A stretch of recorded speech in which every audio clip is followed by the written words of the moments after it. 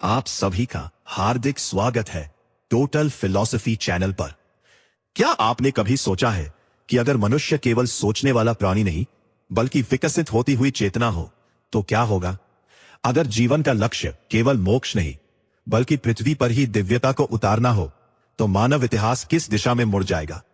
आज हम ऐसे ही एक असाधारण विचारक, क्रांतिकारी, योगी और दृष्टा की यात्रा पर निकलने जा रहे हैं। श्री अरविंद। 19वीं सदी का भारत, अंग्रेजी साम्राज्य अपने शिखर पर है। देश की आत्मा पर पराधीनता का बोझ है और इसी समय 15 अगस्त 1872 को कोलकाता में एक बालक जन्म लेता है, शांत, गंभीर और असामान्य। यह वही तिथि है जो आगे चलकर भारत की स्वतंत्रता का दिन बनेगी। जैसे इतिहास पहले से ही संकेत दे रहा हो कि यह बालक केवल एक व्यक्ति नहीं बल्कि एक युग संकेत है। श्री अरविंद का बचपन सामान्य नहीं था। उनके पिता पश्चिमी विज्ञान और तर्क से अत्यधिक प्रभावित थे। उन्होंने अरविंद को भारत से दूर इंग्लैंड भेज दिया। बचपन बीता लंदन और कैम्ब्रिज की गलियों में। वहां उन्होंने ग्रीक, लैटिन, फ्रेंच, अंग्रेजी साहित्य, दर्शन और इतिहास को अद्भुत गहराई से आत्मसात किया। बुद्धि इतनी तीव्र कि प्रोफेसर भी चकित रह जाते। लेकिन इस बाहरी पश्चिमी शिक्षा के भीतर कहीं कुछ अधूरा था, जैसे आत्मा किसी और दिशा की ओर इशारा कर रही हो। जब श्री अरविंद भारत लौटे तो यह वही भारत नहीं था जिसे उन्होंने छोड़ा था। यहां केवल दासता नहीं थी, यहां मौन क्रोध था, सोई हुई चेतना थी। और इसी क्षण से श्री अरविंद का पहला रूप सामने आता है, क्रांतिकारी अरविंद। वे केवल विचार नहीं लिखते, वे आंदोलन बन जाते हैं। उनके लेख आग की तरह फैलते हैं। वे कहते हैं, स्वतंत्रता कोई राजनीतिक सुविधा नहीं, ये आत्मा का अधिकार है। लेकिन फिर एक ऐसा मोड़ आता है जो किसी फिल्मी दृश्य से कम नहीं। एक दिन जेल, अकेलापन, दीवारें, सन्नाटा, और उसी सन्नाटे में एक विस्फोट। श्री अरविंद को अनुभव होता है कि जिस स्वतंत्रता की वे बात कर रहे थे वो केवल बाहर की नहीं है, असली गुलामी भीतर है, चेतना की। यही से श्री अरविंद का दूसरा जन्म होता है, योगी अरविंद। अब जरा बहुत सरल भाषा में समझते हैं। मान लीजिए बच्चा खेल रहा है, उसे लगता है वही पूरा संसार है। फिर वो बड़ा होता है, पढ़ता है, सोचता है और देखता है कि संसार बहुत बड़ा है। फिर उससे भी आगे कोई व्यक्ति ये देख ले कि सोचने वाला मन भी अंतिम सत्य नहीं है। श्री अरविंद कहते हैं, मनुष्य अभी पूरा विकसित नहीं हुआ है। जैसे पशु से मनुष्य बना, वैसे ही मनुष्य से आगे भी कुछ है। वे इसे कहते हैं सुप्रामेंटल चेतना। मतलब क्या? मतलब यह कि आज हम सोचते हैं, परख करते हैं, लड़ते हैं, डरते हैं क्योंकि हमारी चेतना टूटी हुई है। लेकिन एक ऐसी चेतना संभव है जहां ज्ञान सीधा उतरता रहे, जहां सत्य तर्क से नहीं दृष्टि से जाना जाता है, जहां जीवन और अध्यात्म अलग नहीं रहते। श्री अरविंद का योग पलायन नहीं सिखाता। वे कहते हैं, पहाड़ों में भागकर शांति पाना आसान है, लेकिन असली योग है शहर में रहकर भी दिव्य रहना। उनका सपना था धरती पर स्वर्ग नहीं बल्कि चेतना का स्वर्ग। अब यहां एक बहुत महत्वपूर्ण बात समझनी जरूरी है। श्री अरविंद मोक्ष को अंतिम लक्ष्य नहीं मानते। वे कहते हैं, अगर तुम स्वयं मुक्त हो गए लेकिन पृथ्वी वही रही तो यह अधूरा है। उनका योग है समग्र योग, मतलब शरीर, मन, भावना और आत्मा सबका रूपांतरण। बच्चों जैसी भाषा में कहे तो वे कहते हैं कि केवल पढ़ाई नहीं, पूरा इंसान बदलना है। यही से उनकी सबसे प्रसिद्ध कृति सामने आती है, द लाइफ डिवाइन। इस पुस्तक का छोटा सा सार समझो। श्री अरविंद कहते हैं, यह संसार कोई गलती नहीं है, यह दुख कोई दुर्घटना नहीं है, यह सब विकास की प्रक्रिया है। जैसे बीज को मिट्टी में टूटना पड़ता है पेड़ बनने के लिए, वैसे ही चेतना को संघर्ष से गुजरना पड़ता है दिव्य बनने के लिए। दुख अंतिम सत्य नहीं है, अज्ञान अंतिम अवस्था नहीं है। मनुष्य एक पुल है, अंत नहीं, और इसी पुल के पार है एक नई मानवता। अब जरा रुकिए और ये सोचिए, अगर सच में मनुष्य अभी अधूरा है, अगर हमारे डर, युद्ध, लालच केवल संक्रमण की पीड़ा है, क्या हम इतिहास के सबसे निर्णायक मोड़ पर खड़े हैं? यह प्रश्न सिर्फ दर्शन का नहीं है, ये आपके जीवन का भी है। और यही से श्री अरविंद की विचार यात्रा और गहरी होने लगती है। अब ये केवल किसी दार्शनिक का चिंतन नहीं रह जाता, ये एक ऐसे व्यक्ति का प्रत्यक्ष अनुभव बन जाता है जिसने चेतना की सीमाओं को भीतर से परखा है। जेल से निकलने के बाद श्री अरविंद का जीवन पूरी तरह बदल चुका था। वही व्यक्ति जो कभी भाषणों से लोगों में आग भर देता था, अब भीतर की अग्नि को समझ चुका था। उन्होंने राजनीति छोड़ी लेकिन देश नहीं छोड़ा। उन्होंने संघर्ष छोड़ा लेकिन परिवर्तन नहीं छोड़ा। वे पांडिचेरी चले गए, जैसे कोई नदी शोर छोड़कर गहराई की ओर मुड़ जाए। अब बहुत सरल भाषा में इसे समझो। मान लो कोई बच्चा खिलौनों से खेल रहा है, उसे लगता है यही सब कुछ है। फिर एक दिन वो बड़ा होता है और देखता है कि खिलौने केवल शुरुआत थे। उसी तरह श्री अरविंद कहते हैं कि हमारा आज का जीवन केवल शुरुआत है। हम जिस चेतना में जी रहे हैं वो अंतिम नहीं है। वे कहते हैं कि आज का मनुष्य सोचता है, वह प्रेम करता है लेकिन डर के साथ, वह सत्य चाहता है लेकिन सुविधा के अनुसार, इसलिए जीवन में टकराव है। श्री अरविंद बताते हैं कि प्रकृति का पूरा खेल चेतना को ऊपर उठाने का है। पहले पदार्थ आया, फिर जीवन आया, फिर मन आया और अब मनुष्य आया। लेकिन यह यात्रा यही समाप्त नहीं होती। मन के ऊपर भी एक स्तर है जहां विभाजन नहीं है, संघर्ष नहीं है। इसे वे कहते हैं सुप्रामेंटल चेतना। अब यह कोई कल्पना नहीं है। जैसे कभी बिजली, इंटरनेट, हवाई जहाज कल्पना थे, वैसे ही यह चेतना भी आज कल्पना लगती है। लेकिन श्री अरविंद कहते हैं भविष्य का मनुष्य यही से जन्म लेगा। इसलिए वे कहते हैं कि आध्यात्मिकता का अर्थ आंख बंद करके बैठ जाना नहीं है। आध्यात्मिकता का अर्थ है जीवन को पूरी तरह बदल देना। उनके योग में शरीर भी महत्वपूर्ण है। वे कहते हैं कि अगर चेतना बदलनी है तो शरीर को भी तैयार होना होगा, क्योंकि दिव्य चेतना अगर पुराने शरीर में उतरी तो शरीर टूट जाएगा।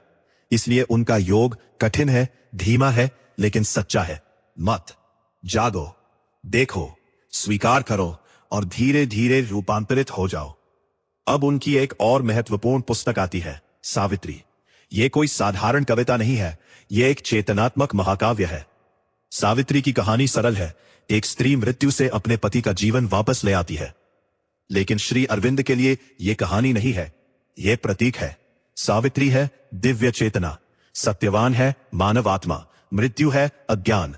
और पूरी कविता यह दिखाती है कि कैसे चेतना अज्ञान से संघर्ष करती है और जीतती है। अब जरा इसे अपने जीवन से जोड़कर देखो। जब तुम डरते हो, हार मान लेते हो, टूट जाते हो, वही मृत्यु है। और जब भीतर से कोई शक्ति उठती है जो कहती है नहीं, मैं रुकूंगा नहीं, वही सावित्री है। श्री अरविंद कहते हैं हर मनुष्य के भीतर सावित्री है, हर मनुष्य के भीतर सत्यवान है और हर मनुष्य के भीतर अज्ञान भी है। जीवन इसी युद्ध का नाम है। लेकिन ये युद्ध तलवारों से नहीं लड़ा जाता, ये युद्ध जागरूकता से लड़ा जाता है। धीरे धीरे श्री अरविंद यह स्पष्ट करते हैं कि समस्या मनुष्य की बुराई नहीं है, समस्या उसकी अधूरी चेतना है। अगर चेतना बदले तो नैतिकता अपने आप बदलेगी। अगर चेतना बदले तो समाज अपने आप बदलेगा। अगर चेतना बदले तो राजनीति भी बदल जाएगी। इसलिए वे किसी व्यवस्था को गिराने की बात नहीं करते, वे चेतना को उठाने की बात करते हैं और यही उन्हें अद्वितीय बनाता रहे। अब जरा ठहरिए और यह सोचिए, अगर सच में हमारा क्रोध, हमारा भय, हमारी हिंसा किसी पाप का परिणाम नहीं बल्कि विकास की एक अधूरी अवस्था है, तो क्या हमें स्वयं से घृणा करनी चाहिए या स्वयं को समझना चाहिए? यह प्रश्न आसान नहीं है, लेकिन यही प्रश्न श्री अरविंद की पूरी साधना का केंद्र है।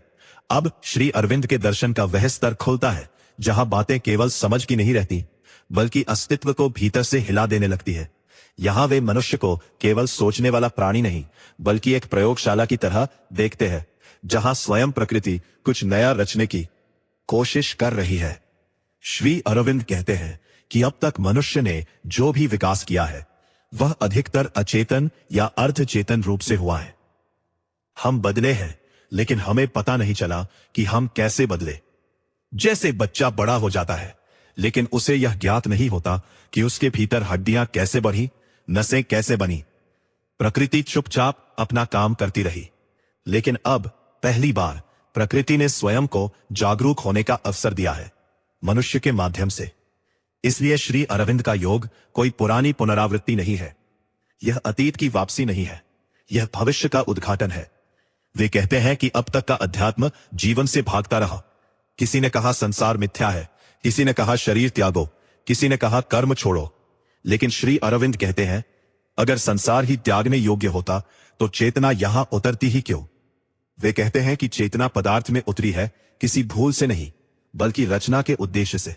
बहुत सरल उदाहरण से समझो। अगर कोई मूर्तिकार मिट्टी लाता है तो मिट्टी गंदी है इसलिए नहीं बल्कि इसलिए कि उसी से मूर्ति बननी है, बनेगी। मिट्टी को कोसने से मूर्ति नहीं बनती, मिट्टी को गढ़ने से बनती है। श्री अरविंद कहते हैं, मानव शरीर वही मिट्टी है, मानव मन वही प्रारंभिक ढांचा है और दिव्यता वही अंतिम मूर्ति है। इसीलिए उनका योग कहता है, शरीर को दबाओ मत, इच्छाओं को कुचलो मत, मन को गाली मत दो, उन्हें समझो, उन्हें शुद्ध करो, उन्हें रूपांतरित करो। यहीं से समग्र योग का असली अर्थ खुलता है।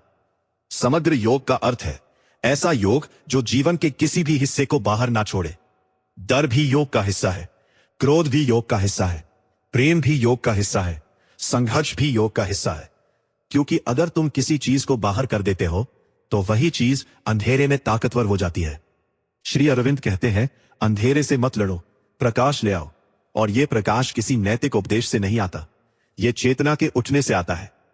वे ये भी स्पष्ट करते हैं कि सुप्रामेंटल चेतना कोई स्वर्गीय कल्पना नहीं है, यह चेतना धरती पर उतरनी है, यही इसी जीवन में, यह जीवन में धैर्य चाहिए, बहुत गहरा धैर्य। वे कहते हैं, मानव विकास लाखों वर्षों में हुआ है, तो चेतना का अगला कदम कोई एक जन्म में पूरा हो जाए, ये अपेक्षा भी अहंकार है। इसलिए श्री अरविंद का योग बहुत शांत है, कोई जल्दबाजी नहीं, कोई चमत्कार की मांग नहीं, कोई परिणाम की भूख नहीं, बस निरंतर जागरूकता।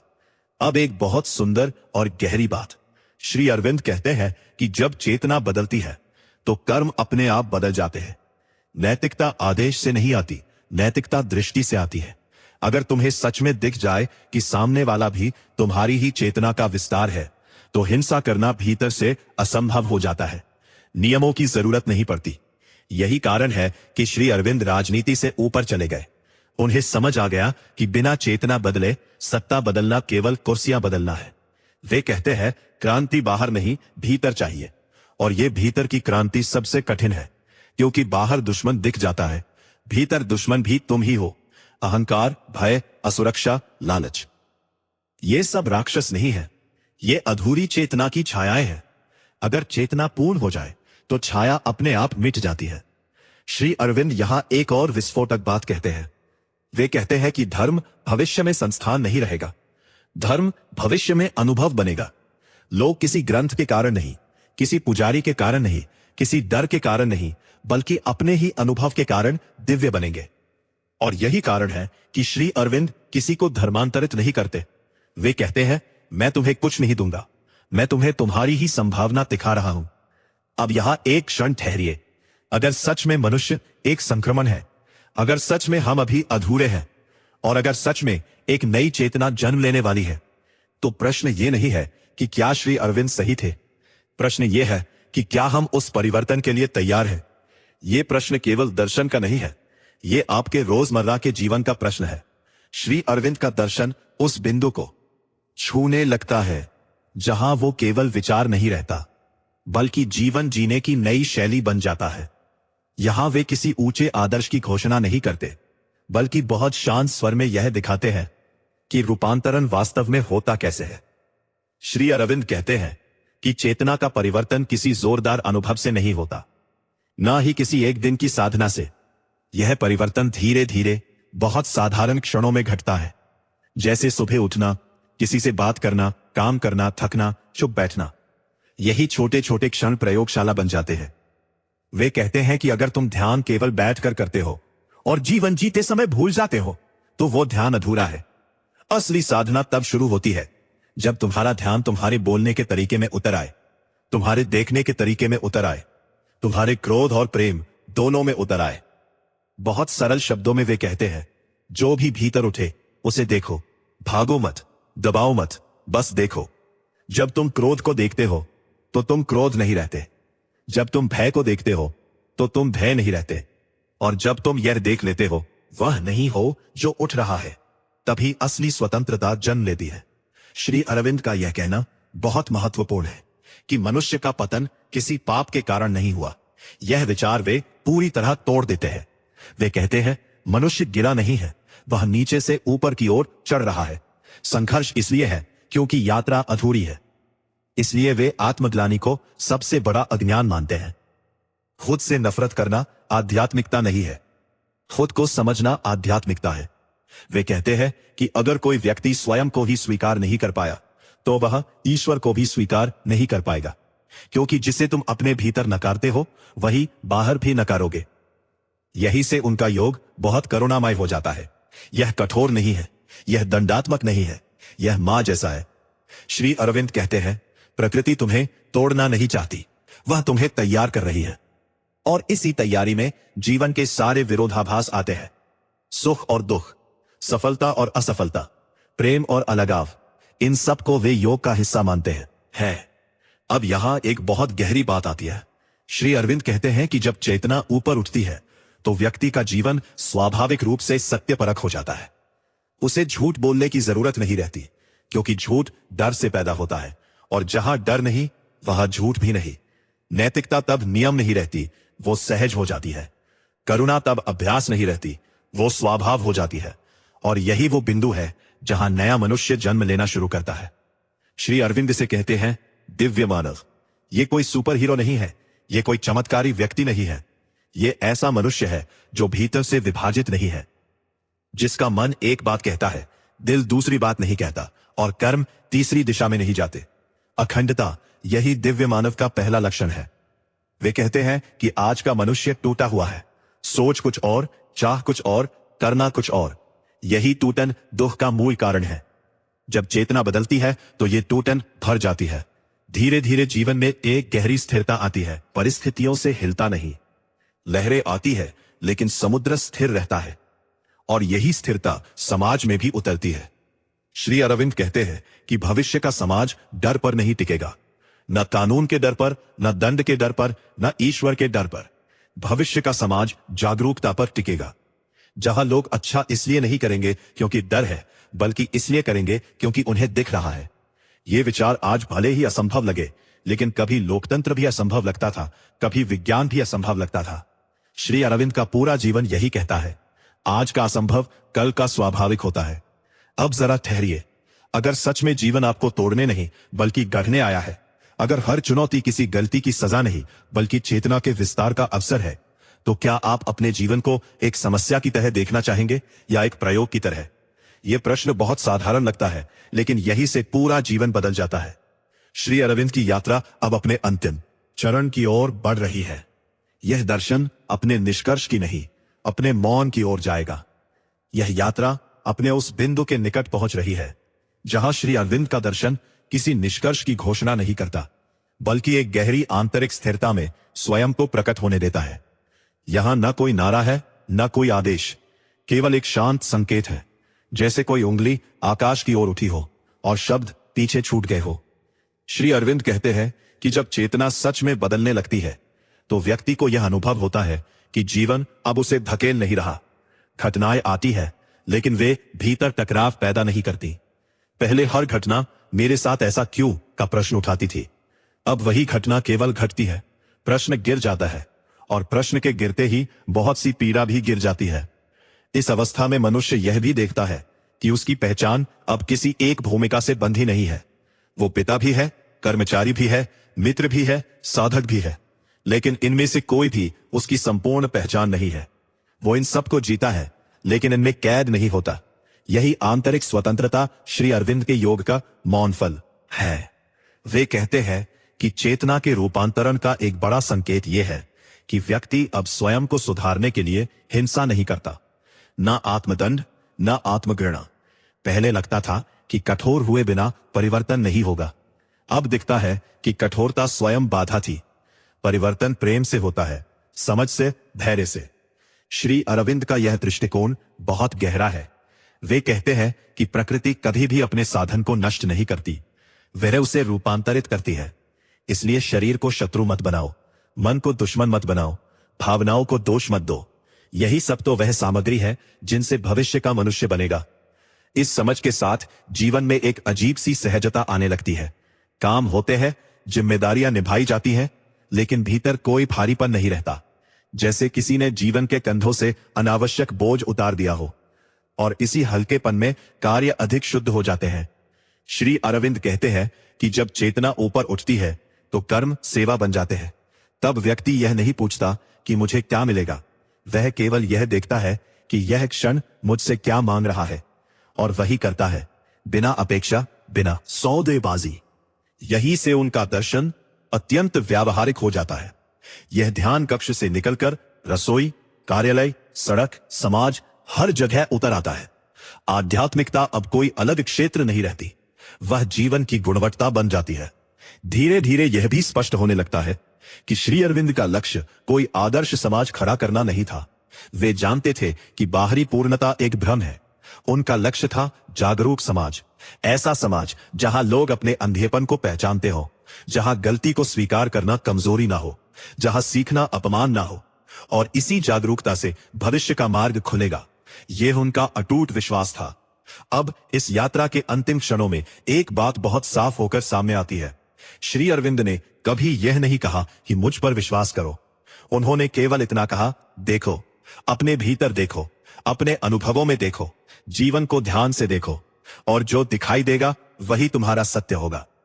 यही कारण है कि उनका दर्शन समय के साथ पुराना नहीं होता, क्योंकि यह किसी युग की समस्या का समाधान नहीं है। यह स्वयं चेतना के विकास की कहानी है, और चेतना की कहानी कभी समाप्त नहीं होती। अब इस पूरे प्रवाह के बाद एक अंतिम प्रश्न शेष रह जाता है। कोई दार्शनिक प्रश्न नहीं, कोई शास्त्रीय प्रश्न नहीं, बल्कि एक बहुत निजी, बहुत सीधा प्रश्न। अगर जीवन आपको धीरे धीरे अधिक जागरूक, अधिक करुणामय, अधिक स्पष्ट बनने की ओर ले जा रहा है, अगर हर अनुभव आपको तोड़ने नहीं बल्कि गढ़ने की संभावना रखता है, तो क्या आप जीवन से लड़ते रहना चाहेंगे या उसके साथ विकसित होना चाहेंगे? यही श्री अरविंद का मौन संदेश ठहर जाता है। कोई अंतिम वाक्य नहीं, कोई निष्कर्ष नहीं, केवल एक खुला आमंत्रण चेतना के अगले कदम की ओर। अगर यह ऑडियो बुक, यह लंबी विचार यात्रा, यह चेतना का निमंत्रण आपको भीतर तक छू गया हो, तो इस वीडियो को लाइक करें, इसे उन लोगों के साथ शेयर करें जो जीवन को केवल जीना नहीं, समझना चाहते हैं। और ऐसे ही गहन, शुद्ध और मौलिक दर्शन सामग्री के लिए टोटल फिलॉसफी यूट्यूब चैनल को सब्सक्राइब जरूर करें।